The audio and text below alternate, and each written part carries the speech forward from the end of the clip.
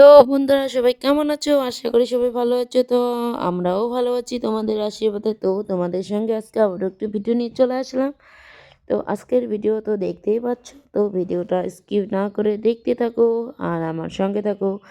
আর ভিডিওটা ভালো লাগলে অবশ্যই একটু লাইক, কমেন্ট, শেয়ার।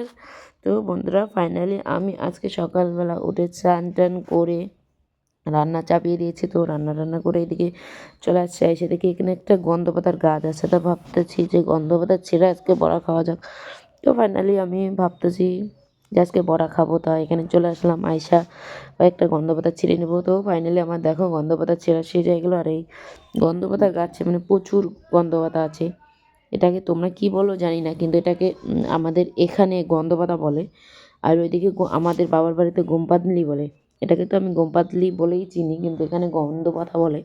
আর তোমরাও আশা করি তোমরাও গন্ধ পাতা নামে চিনবা, সেই জন্য গন্ধ পাতাই বললাম।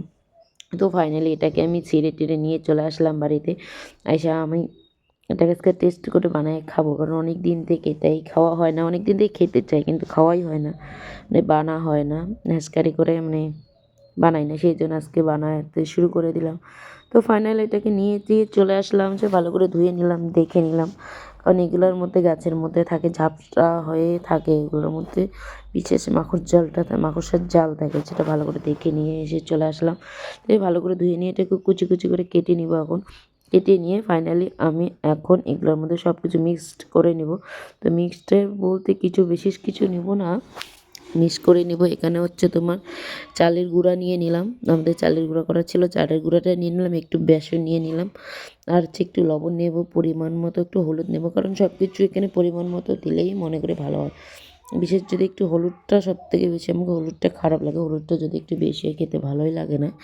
তো আর এখানে আমি জিরা বাটা আর হচ্ছে লঙ্কা বাটা ছিল, সেটা আমি দিয়ে নিলাম।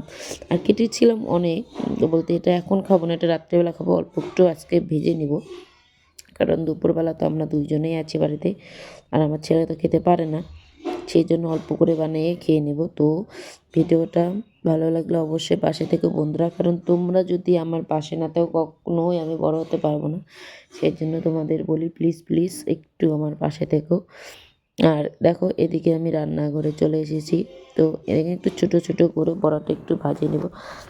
আর কি বলি বন্ধুরা, সত্যি এটা ভাজতে ভাজতে আমাকে খুবই খিদা পেয়েছে, কারণ এখন মনে হয় 2টার মতোই বাজে, কারণ আজকে আমি সকালে থেকে খাওয়া দাওয়া করিনি, কাজ করতে একটু লেট হয়ে গেছে, কারণ বাড়িতে একাই ছিলাম।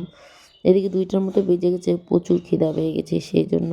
আর এদিকে দেখো আমার বড়াটা কীরকম হচ্ছে, ভেঙে ভেঙে যাচ্ছে। তো অল্প করে একটু ভেজে নিয়ে খেয়ে নিই, পরে বাকিটা ভাজা যাবে, রাত্রিবেলা খাওয়া যাবে। তো বন্ধুরা তোমরা কে কে এই কোম্পানির বড়া খেতে ভালোবাসো অবশ্যই আমাকে কমেন্টে জানাবা। আর বন্ধুরা একটু বেশি বেশি আমাকে ভালোবাসা দিও, পাশে থেকো। তোমাদের ভালোবাসার অপেক্ষায় থাকবো, কমেন্টের অপেক্ষায় থাকবো, কে কে কেমন আছো। আর একটা কথা বন্ধুরা কি বলি, সংসারে তুমি যতই কাজ করো না, সংসারে কাজ শেষ হতে চাইই না, শেষ হবেই না। সারাদিন না খেয়ে কাজ করো আর খেয়ে কাজ করো, তাতে কোনো সংসারের কোনো যায় আসে না। এভাবেই আমাদের দিন চলে যায়, কি বলবো।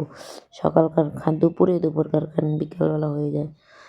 তো ফাইনালি দেখো আমার বড়াটা হয়ে গেল, বড়াটা করে এখন খেতে চলে যাব। বিশেষ বড় করলাম না ভিডিওটা। তো ভিডিওটা ভালো লাগলে অবশ্যই লাইক করবেন।